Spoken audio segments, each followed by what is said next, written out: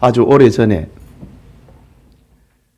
제가 20살, 21살 쯤이고 신학교에 다닐 즈음에 방학을 맞이하여 시골 어머니 집에 어머니를 뵈러 갔습니다. 어머님은 제가 오랜만에 고향에 왔으니 집안 어르신을 찾아뵙고 인사할 곳이 있으니 함께 가자고 말씀하셨습니다. 저는 어머님을 따라 연세는 많지만은 집안 촌수로 형님이라 부르는 어른께 인사드리러 갔습니다. 형님은 병세가 깊어 방 안에 산소 호흡기를 두고 병치레를 하고 계셨습니다. 인사도 하고 전도도 할 겸 저는 목사가 되기 위하여서 신학교에 다닙니다 라고 인사했습니다. 그때 형님께서 하시는 말씀, 나도 기독교에 관심이 있어서 성경을 읽어보았는데 기독교 경전인 성경은 전혀 윤리적이지 않아서 성경을 읽다가 덮고 교회는 못 나가겠다 라고 말씀하시는 겁니다. 저는 영문을 몰라서 왜 그러시냐고 물었습니다. 하시는 말씀, 어떻게 종교 경전에서 불륜 이야기가 나올 수 있느냐? 나 뜨거워서 성경을 읽기 싫다라는 겁니다. 그러면서 오늘 창세기 38장의 이야기, 시아버지와 며느리의 불륜 이야기를 하는 겁니다. 이게 얼마나 제 생각 머릿속에 각인이 되었는지 40년이 지난 지금도 생각이 납니다. 그때 저는 당황했지만은 다른 종교의 경전은 좋은 이야기만 모으고 과장하고 꾸며서 만든 것이지만은 성경은 역사 그대로 사실 그대로를 가지고 진리를 말하고 있으니 무엇이 참된 것이겠습니까? 제가 참 대답을 잘한 것 같아요 라고 대답했던 기억이 납니다. 그렇습니다. 성경은 인간을 포장하거나 꾸미지 않습니다. 사실 그대로 본성 그대로를 알려주므로 인간은 철저하게 죄인이고 그 죄를 용서받고 구원받는 길은 오직 하나님의 은혜 외에는 없다는 사실을 알려주고 있습니다. 창세기의 오늘 이야기는 오랫동안 강단에서 잘 들려지지 않는 말씀입니다. 설교자들이 성경 해석의 어려움도 있지만은 우리의 문화적 정서와 부딪히는 부분이 크기 때문입니다. 즉 시아버지와 며느리가 동침하여 아들을 낳고 가문의 족보를 이루었다. 이것은 이 한마디만 가지고도 귀를 막아버리는 겁니다. 족보의 며느리도 되고 아내도 되는 희한한 장면입니다. 이런 부끄러운 이야기가 구속사의 중요한 부분을 차지하고 있는 겁니다. 어쩔 수 없이 받아들이지만은 쉬쉬하고 싶은 이야기입니다. 그래서 유다와 다말의 이야기는 감추어진 이야기, 알고 있으나 모른 척하는 이야기가 되었습니다. 하지만 다말의 이 이야기는 우리의 가슴에 뜨거운 눈물을 흐르게 만드는 구속사의 이야기입니다. 이 시간 그는 나보다 옳도다 라는 제목으로 창세기 강해 계속하고자 합니다. 말씀을 듣는 모든 성도님들에게 주님의 은혜가 임하기를 소원합니다. 먼저 형사 취수죄에 대한 이야기입니다. 수원죄라 부르기도 하지요. 영어로는 레버레이트 메리지라고 그렇게 부르기도 합니다. 형이 죽고 난 다음에 동생이 그 형수와 동침하여서 형의 대를 잇게 해주는 제도입니다. 하나님께서 모세를 통하여서 율법을 주시기 전에 이스라엘 족장들의 마음속에 하나님의 법을 새겨 놓았습니다.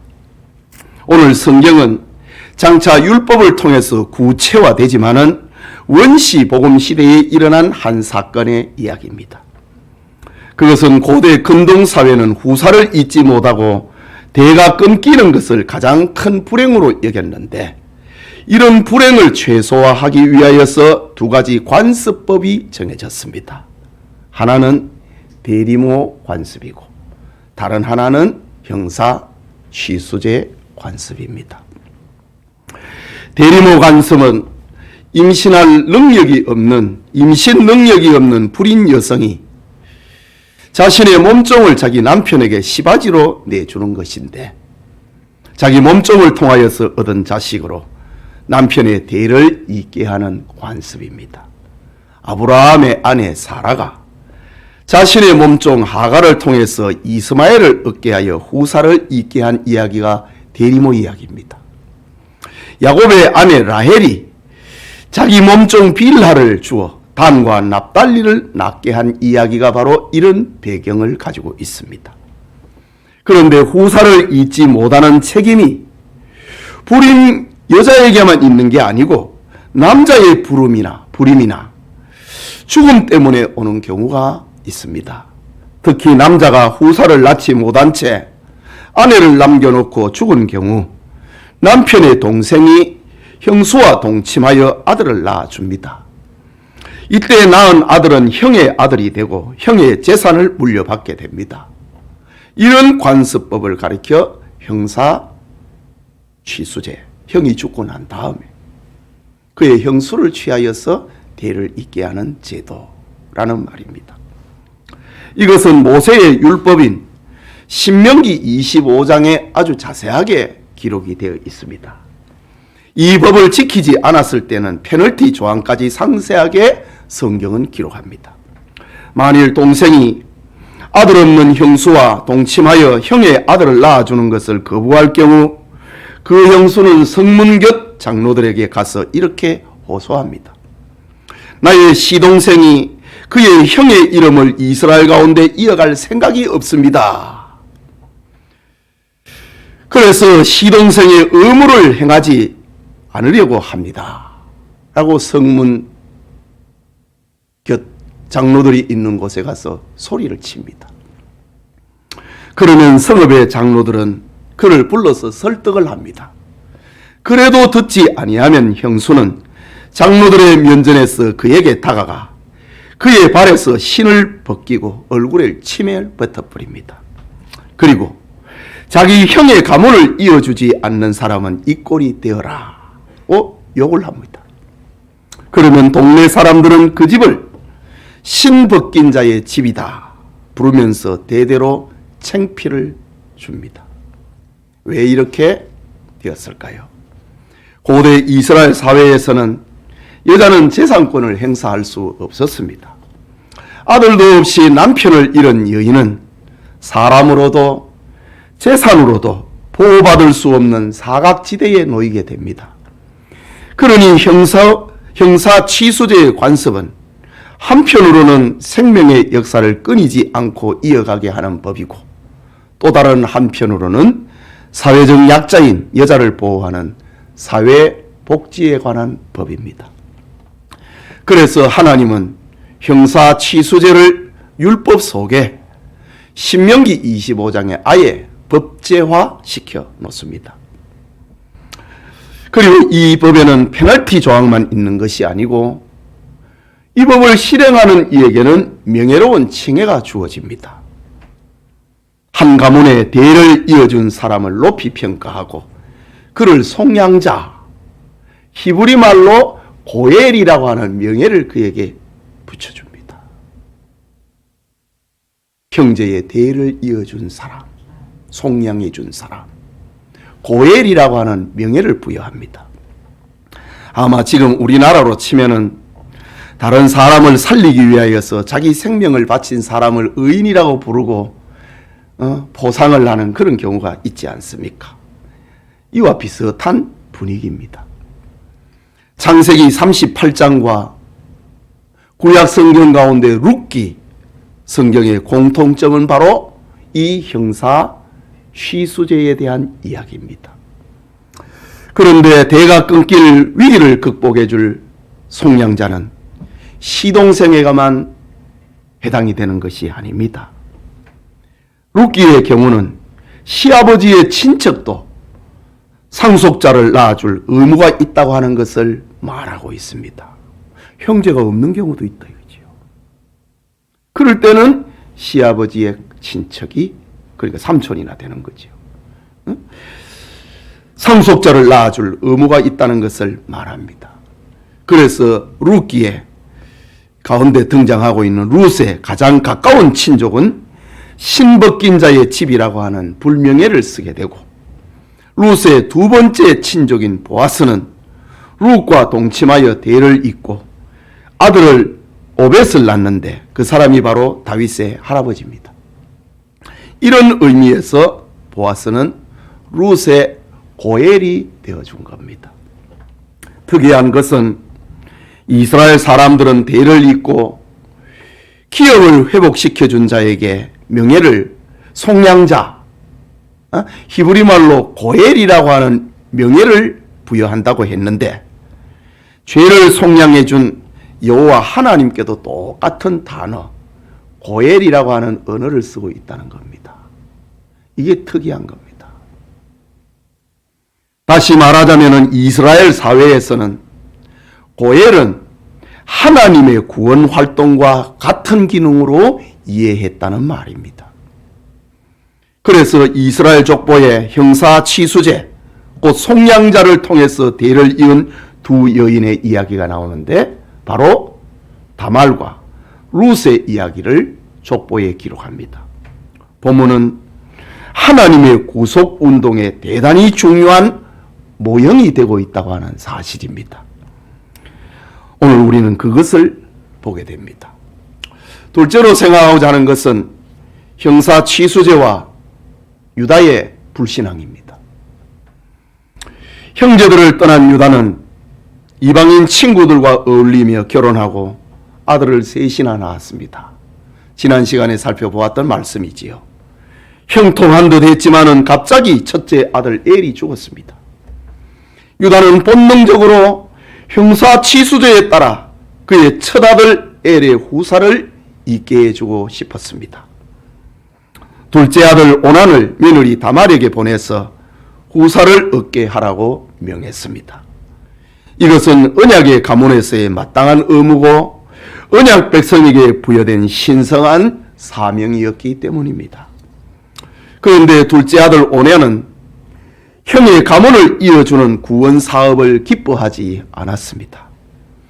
창세기 38장 9절과 10절에 이렇게 기록하는데 오난의 죄를 기록합니다.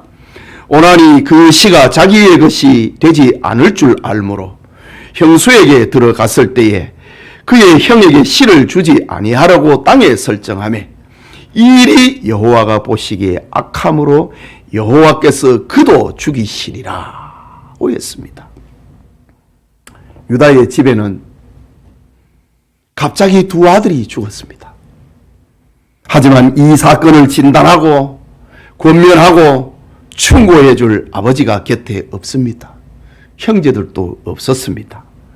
지난 시간에 살펴보았던 것처럼 유다는 형제를 떠났기 때문입니다. 하나님의 보호와 하나님의 인도와 하나님의 축복이 있는 아버지의 집, 신앙 공동체, 언약 공동체를 떠났기 때문에 이 사건이 이 지경이 되어도 곁에서 바르게 말해주는 사람이 없었습니다. 오늘날로 말하자면은 교회가 싫어서 떠나 자기 가치관, 자기 방법대로 세상과 세상 사람들과 어울린 것을 가리킵니다. 문제는 사태가 이 지경이 되었음에도 시아버지 유다는 자기 두 아들의 죽음을 그들의 악으로 생각하지 아니하고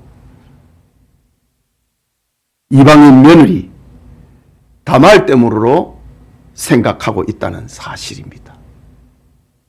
이것은 형제를 떠난 신앙 공동체를 떠난 유다의 영적 무지입니다. 분별력을 잃어버린 겁니다. 창세기 38장 11절에 유다가 그의 며느리 다말에게 이르되 수절하고 네 아버지의 집에 있어 내 아들 셀라가 장성하기를 기다리라 하니 셀라도 그 형들같이 죽을까 염려함이라. 다말이 가서 그의 아버지 곁에 있으니라고 합니다. 즉 셋째 아들 셀라가 어른이 돼서 너의 대를 잇게 하기까지 너는 친정으로 돌아가고 거기서 수절하고 기다리라고 말했습니다. 이렇게 말한 유다의 속마음은 막내 아들 셀라마저 그의 형들처럼 죽을까봐 두려워했기 때문이다 라고 유다의 불신앙을 성경은 기록하고 있습니다. 신앙 공동체를 떠나서 세상 친구들과 어울려 살면서 신앙의 분별력을 잃었다고 하는 말입니다. 말은 셀라가 장성하기까지 기다리라고 했지만은 실상은 팔자 센 며느리, 괘씸한 며느리를 친정으로 돌려보내버린 겁니다. 힘없는 여인 다말은 두 아들을 죽인 누명을 쓰고 친정으로 쫓겨났습니다. 오늘 본문 12절입니다. 얼마 후에 유다의 아내 수아의 딸이 죽은지라. 지금 이 집에 몇 명이 죽었습니까? 두 아들이 죽고 부인까지도 죽어버렸습니다. 유다가 위로를 받은 후에 그의 친구 아둘람 사람 히라와 함께 딥나로 올라가서 자기의 양털 깎는 자에게 이르렀더니 라고 합니다. 유다는 재산이 많아갖고 딥나에 자기 양을 맡겨놨던 것 같습니다. 양털 깎는 자에게 이르렀더니 라고 합니다. 여기 얼마 후에 라는 말은 세월이 많이 흘렀다는 말입니다. 유다의 아내까지 죽었습니다. 그리고 유다는 아내 잃은 슬픔에서 위로를 받았습니다. 그러나 유다는 큰아들의 대를 잇게 하는 하나님의 법을 교묘하게 피해갑니다. 유다는 막내 아들 셀라가 장성을 하여서 성인이 되었는데도 그의 아들이 죽을까봐 며느리 방에 보내지 않습니다. 그리고 며느리를 자기 집으로 부르지도 않습니다. 그뿐만 아니라 그의 아들을 며느리에게 보낼 마음도 없습니다. 이것이 유다의 불신앙이었다. 불순종이었다. 라는 겁니다. 그런데 놀라운 것은 유다의 영적 답답함과 어두움을 정면으로 돌파하고 가문의 대를 잇는 구원 사역을 감당하는 이가 있었습니다. 그는 이스라엘의 족장 유다가 아니고 이방인 며느리요 가나안 여자 다말이었다는 사실입니다. 마지막으로 생각하고자 하는 것은 유다보다 의로운 며느리 다말입니다. 본문 13절에서 18절을 보면은 우리 같이 읽을까요? 13절에서 18절까지. 어떤 사람이 다말에게 말하되 네 시아버지가 자기의 양털을 깎으려고 딥나에 올라왔다 하는지라. 그가 그 과부의 의복을 벗고 너울로 얼굴을 가리고 몸을 휩싸고 딥나 길 곁 에나임 문에 앉으니 이는 셀라가 장성함을 보았어도 자기를 그의 아내로 주지 않음으로 말미암음이라. 그가 얼굴을 가리었으므로 유다가 그를 보고 창녀로 여겨 길 곁으로 그에게 나아가 이르되 청하건대 나로 네게 들어가게 하라 하니 그의 며느리인 줄을 알지 못하였음이니라. 그가 이르되 당신이 무엇을 주고 내게 들어오려 하느냐. 유다가 이르되 내가 내 떼에서 염소 새끼를 주리라. 그가 이르되 당신이 그것을 담보물을 주겠느냐. 유다가 이르되 무슨 담보물을 네게 주랴. 그가 이르되 당신의 도장과 그 끈과 당신의 손에 있는 지팡이로 하라. 유다가 그것을 그에게 주고 그에게 들어갔더니 그가 유다로 말미암아 임신하였더라고 합니다. 지금 유다는 영적 무지에 빠져서 불신앙의 길을 가고 있습니다. 그런데 이방 여인 다말이 과부의 옷차림을 벗어버리고 너울로 자기 얼굴을 가리고 딥나로 가는 성문 곁에 앉았습니다. 다말은 죽음을 무릅쓰고 가문을 세우고 대를 이어가려고 합니다. 이방인 며느리가 이스라엘 족장의 가문을 계승을 하는데 지금 자기 생명을 걸었습니다. 자기가 시집온 가문이 신벗긴 자의 집이라고 하는 수치를 당하지 않게 하려고 가문을 구원하기 위하여 속량자 역할을 하고 있는 겁니다. 남자가 속량자가 되는 게 아니고 이 지금 다말이 속량자의 역할을 지금 하고 있는 겁니다. 이게 오늘 본문의 초점입니다. 그렇다면 다말의 행위는 근본적으로 가문을 살리기 위한 구원 행위였습니다. 결코 창녀짓이 아니었다는 말입니다. 그것은 다말의 행한 다음 행동이 입증을 합니다. 다말은 몸값으로 돈을 안 받습니다. 전혀 돈이 되지 않는 담보물을 요구합니다. 유다의 신분을 확인할 수 있는 아름다운 끈이 달려있는 도장과 몸에 지니고 다녔나 보지요. 그리고 유다의 지팡이만을 요구를 합니다. 그건 돈이 안 되거든요. 창녀면 돈을 구해서 해야 됩니다. 그런데 유다의 신분을 확인시킬 수 있는 것만 요구하는 겁니다. 그리고 다말의 이런 행위는 반복되지 않습니다. 16절에 유다가 그것을 알아보고 이르되 그는 나보다 옳도다. 내가 그를 내 아들 셀라에게 주지 아니하였음이라다 하고 다시는 그를 가까이 하지 아니하였더라 고 합니다. 이런 일이 있은 지 성경은 석 달이 지났다고 합니다. 다말은 가문을 세우는데 뜻을 이루었습니다. 하나님의 구속의 은혜가 다말로 임신하게 한 겁니다. 그러나 며느리의 임신 소식에 시아버지 유다의 불신앙은 극에 달합니다. 알던 이가 저절로 빠지는 기분이었습니다. 하나님의 법을 교묘하게 어기고 신벗긴 자의 집안이라고 하는 불명예를 한꺼번에 없앨 수 있는 길이 생겼기 때문입니다. 그것은 두 아들을 잡아먹은 팔자센 며느리에게 셋째 아들 공식적으로 주지 않아도 될 명분이 생긴 것입니다. 그것이 바로 며느리의 임신을 간통 사건으로 몰아갈 길이 열렸기 때문입니다.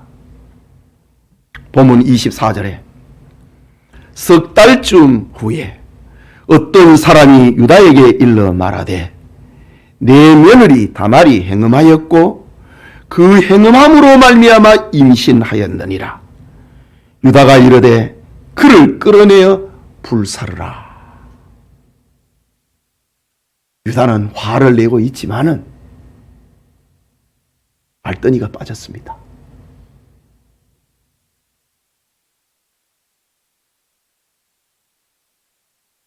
과부 며느리가 어떤 경로로 임신을 했는지 유다는 확인도 안 합니다. 다말에게 왜 그랬느냐? 어떻게 그랬느냐? 해명할 기회도 주지 않습니다. 당장 화형에 처해야 되겠다 결단합니다. 여러분, 고대 사회에서 가늠한 여인의 최대 형벌은 돌로 쳐서 죽이는 겁니다. 그런데 유다는 장차 율법 아래서 제사장의 딸이 음행을 하였을 때 내리는 가장 잔인한 처벌, 화형의 벌로 며느리 다말을 죽이려 했습니다. 내 며느리는 돌에 맞아 죽어서는 안 된다 이거죠. 불에 태워 죽여야 된다. 유다는 이렇게 잔인했습니다. 유다는 자신의 판단이 옳고 다말이 죄인이라는 것을 확인시키기 위하여서 마을 사람들을 불러 모았습니다. 며느리를 화형시키기 위하여 장작 더미를 만들었고, 장작 더미는 두 아들을 잡아먹은 며느리 다말을 향한 증오의 불길 같았습니다. 이런 시아버지 유다의 불순함과 그의 모순됨과 성급함과는 달리 며느리 다말은 놀라울 정도로 침착합니다. 그토록 억울하고 그렇게 수치스러운 상황에서도 결정적인 순간까지 침묵했습니다. 그리고 화형장으로 끌려갈 때 아이의 아버지가 누구인지를 증명하는 담보물을 내놓습니다. 25절이지요. 여인이 끌려 나아갈 때에 사람을 보내어 시아버지에게 이르되 이 물건의 임자로 말미암아 임신하였나이다. 청하건대 보소서 이 도장과 그 끈과 지팡이가 누구의 것이니까 한지라고 합니다. 여러분, 이때 유다의 표정이 어땠을까요? 며느리의 간음죄를 찾아서 극형으로 화형을 시키려고 하는데 유다는 결국 자신의 간음죄가 드러나게 된 겁니다. 온갖 핑계를 대면서 아들의 대의를 잊지 않고 하나님의 법을 어긴 유다의 불신앙과 불순종의 대가 드러나는 겁니다. 이방인 며느리는 가문을 세우기 위하여서, 가문의 대의를 잇고 가문을 구원하기 위하여서 자기 목숨을 던졌는데, 족장이라고 불리는 유다는 간음죄는 사형이다 라는 법으로 생명을 죽이는 모순을 보이고 있는 장면입니다. 하지만 명백한 증거물, 끈달린 도장과 지팡이를 본 시아버지 유다는 이방인 며느리의 지혜, 며느리의 용기, 며느리의 믿음, 그것을 칭송하고 칭찬하고 있습니다. 26절이지요. 유다가 그것을 알아보고 이르되 그는 나보다 옳도다. 내가 그를 내 아들 셀라에게 주지 아니하였음이로다 하고 다시는 그를 가까이 하지 아니하였더라고 합니다. 여러분, 오늘 여기에 나오는 유다의 외침, 그는 나보다 옳도다 라는 말은 그는 나보다 의롭다. 나는 죄인인데 그는 의롭구나, 이 말입니다. 족장 유다 가문이 이어지는 클라이막스에서 의롭도다 라는 말을 하고 있습니다. 여기 의는 차디크라는 말인데 사람들 사이에 니하고 내하고 누가 낫느냐, 그런 말이 아닙니다. 누가 조금 더 나으냐라고 하는 상대적인 의를 말하는 것도 아닙니다. 여기 의는 하나님의 의, 절대적인 의를 가리킵니다. 다시 말하자면 나는 불신앙했고 나는 불순종했는데 그는 하나님 앞에 의롭다 칭함을 받구나, 그런 말입니다. 사도 바울이 로마서를 기록을 할 때에 예수 그리스도를 통해서 얻어지는 하나님의 의를 가리키는 이 의가 바로 오늘 본문에 그는 나보다 옳도다 라는 바로 그 단어입니다. 유명한 성경 해석가인 델리치는 구약 성경의 기준을 따르면 그녀는 분명 성자였다 하나님이 의롭다고 불러준 사람이었다. 하나님께서 아브라함의 믿음을 보고 그를 의롭다고 불렀지요. 오늘 하나님께서 다말을 보고 너는 의롭다 라고 불러주는 그런 사건이다 라고 델리치는 그렇게 본문을 해석을 합니다. 그것이 바로 족장 유다가 이방인 며느리 다말을 의롭다고 칭송을 하고 있는 장면입니다. 이방인 다말은 언약 가문의 족장 유다보다 더 의로웠습니다. 며느리가 시아버지보다 하나님 앞에 의롭다함을 받았습니다. 이방 여인의 행위가 이스라엘 믿음의 선조들보다 더 의롭다고 칭함을 받았습니다. 본문은 쓰러져가는 유다 가문, 대가 끊기는 유다 가문의 위기를 구하기 위해서 죽음을 무릅쓰고 생명을 출산한 다말의 이야기를 하나님은 의롭다고 불러주신 사건입니다. 다말은 시아버지 유다에게서 상둥이 아들 세라와 베레스를 낳습니다. 그리고 베레스의 혈통에서 다윗이 출생하고 베레스는 그리스도의 조상이 됩니다. 이방 여인 다말이 메시아의 족보가 되는 유다 가문을 구원한 이야기다 이거지요.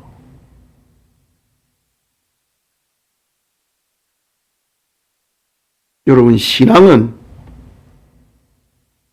하나님으로부터 의롭다함을 받는 것이 그게 핵심입니다. 의롭다함을 받지 못하면 다 지옥 갑니다.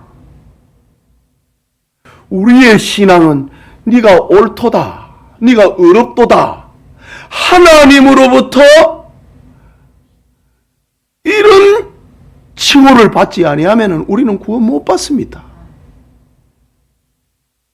그래서 마태복음의 저자는 구주 예수 그리스도의 족보에 아브라함의 아내 사라나, 이삭의 아내 리브가나, 야곱의 아내 라헬 같은 이스라엘의 대표적인 어머니를, 그 어머니의 이름을 족보에 올리지 않고 이방 여인 다말의 이름을 족보에 올려놓습니다.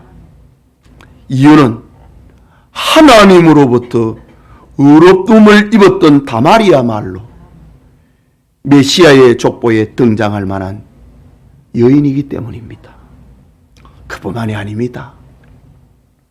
이 사건 이후에 유다는 아버지의 집, 형제들이 있는 공동체로 돌아옵니다.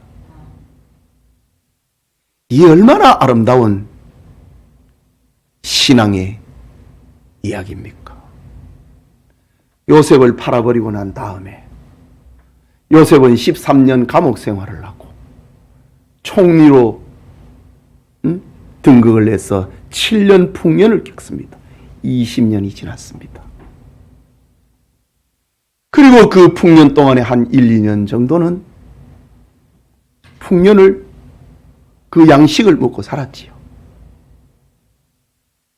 22, 3년이 지나고 난 다음에 양식이 떨어집니다. 바로 유다의 형제들의 집을, 요셉을 팔고 난 다음에 죄책감에 형제들의 집을 떠났던 그 이야기하고 딱 들어맞습니다. 오늘 본문이. 다말 때문에 유다는 아버지의 집으로 돌아옵니다. 형제 공동체로 돌아옵니다. 그리고 양식 사러 갈 때 같이 갑니다. 사랑하는 성도 여러분, 하나님께서는 왜 이렇게 수치스러운 사람들을 통해서 메시아가 오게 하셨을까? 이 일은 그리스도의 존귀와 거룩을 손상시키는 것은 아닐까? 결코 아닙니다. 이 모든 사실은 도리어 그리스도의 영광을 드러내는 이야기입니다. 우리의 구주 예수 그리스도는 이렇게 비천한 인간의 육체를 입고 세상에 오셨습니다. 이유가 무엇입니까? 이렇게 비천한 죄인을 구원하기 위함이었습니다. 예수님의 족보에 등장하는 사람들은 하나님께 구원받아야 될 사람들의 모형입니다. 아주 중요한 말입니다. 예수님의 족보에 등장하는 사람들은 하나님께 구원받아야 할 사람들의 모형입니다.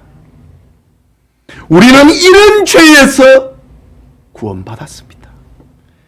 그리스도는 사람들이 쳐다볼 때에 낯뜨거워하고 얼굴을 돌리고 성경을 덮게 할 만큼 오염되어 있는 우리를 죄에서 구원하기 위하여서 죄인의 육체를 입고 세상에 오신 겁니다. 바울은 빌립보서 2장 6절에서 11절까지 그는 근본 하나님의 본체시나 하나님과 동등됨을 취할 것으로 여기지 아니하시고 오히려 자기를 비워 종의 형체, 유다의 지방과 같은 이런 형체 말입니다. 종의 형체를 가지사 사람들과 같이 되었고 사람의 모양으로 나타나사 자기를 낮추시고 죽기까지 복종하셨으니 곧 십자가에 죽으심이라. 이러므로 하나님이 그를 지극히 높여 모든 이름 위에 뛰어난 이름을 주사 하늘에 있는 자들과 땅에 있는 자들과 땅 아래에 있는 자들로 모든 무릎을 예수의 이름에 꿇게 하시고 모든 입으로 예수 그리스도를 주라 시인하여 하나님 아버지께 영광을 돌리게 하셨느니라. 이것이 하나님의 뜻이라는 겁니다. 그렇다면 오늘 성경은 우리에게 무엇을 말하고 싶어 할까요? 생명을 얻기 위하여 자기 몸을 내어주는 다말의 희생은 예수 그리스도의 모형이었다. 그렇게 비난받아가면서 그렇게 수치를 당해가면서 유다의 가문을 세워주었던 대를 잇게 해주었던 다말은 그리스도의 모형입니다. 또한 사람이 자기 의를 내세우면 하나님의 역사를 거역하지만은 하나님의 의를 내세우면 어떤 죄인이라도 구원에 이른다는 것입니다. 유다는 자기 의를 내세웠습니다. 내가 옳다 이거지. 그러나 유다는 하나님의 의를 내세웠습니다. 유다의 가문의 대를 이어야 된다. 하나님의 의를 내세우면 어떤 죄인도 구원에 이른다는 사실을 알려줍니다.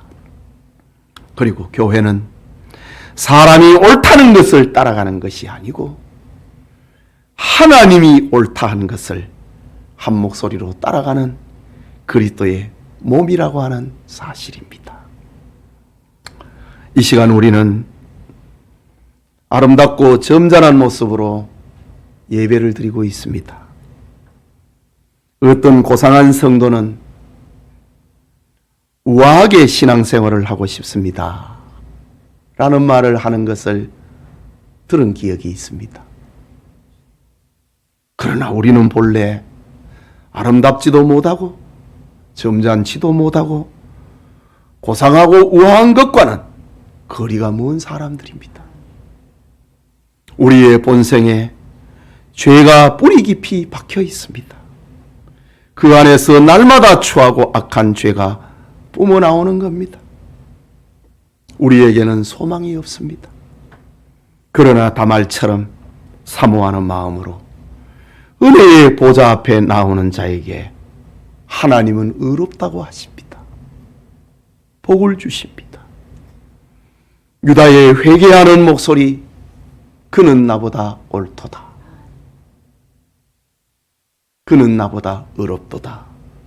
라는 고백처럼 하나님의 의를 찾아 믿음의 역사를 이루어가는 우리 성도님들이 다 되시기를 축복합니다. 우리 같이 기도합시다. 여러분, 이것이 기독교입니다. 사람을 포장하고 과장하고 꾸며내고 그게 아니라 사람의 본성을, 본질을 다 알려주면서 우리에게는 희망이 없다.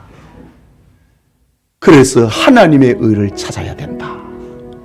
이것이 기독교의 복음입니다.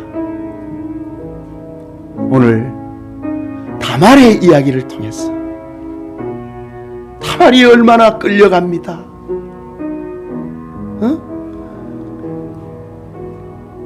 화영장으로 끌려갑니다. 마치 예수님이 십자가를 지고 저 갈보리로 끌려가는 것과 그런 장면입니다. 그것을 연상하는 장면입니다. 왜 이랬느냐? 아버지여, 저들의 죄를 사하여 주옵소서. 저들이 하는 것을 알지 못하나이다. 내 이 도장과 끈과 지팡이를 보소서. 내 아이의 아버지는 이분의 것입니다. 대의를 잇게 하는, 가정을 속량해주는 고엘. 기독교는 이런 것입니다. 거짓말 안 합니다. 인간의 본성을 적나라하게 내보입니다. 그래서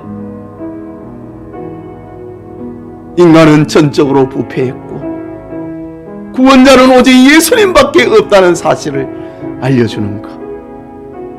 이 다말의 이야기는 수치스러운 이야기가 아니고 예수님께서 우리를 구원하시는 구원의 이야기를 담고 있습니다. 이 은혜로 우리가 구원받았다. 내가 당해야 할 수치를, 내가 당해야 할 벌을 주님께서 받았다. 그 이야기입니다. 말씀을 생각하면서 기도합시다.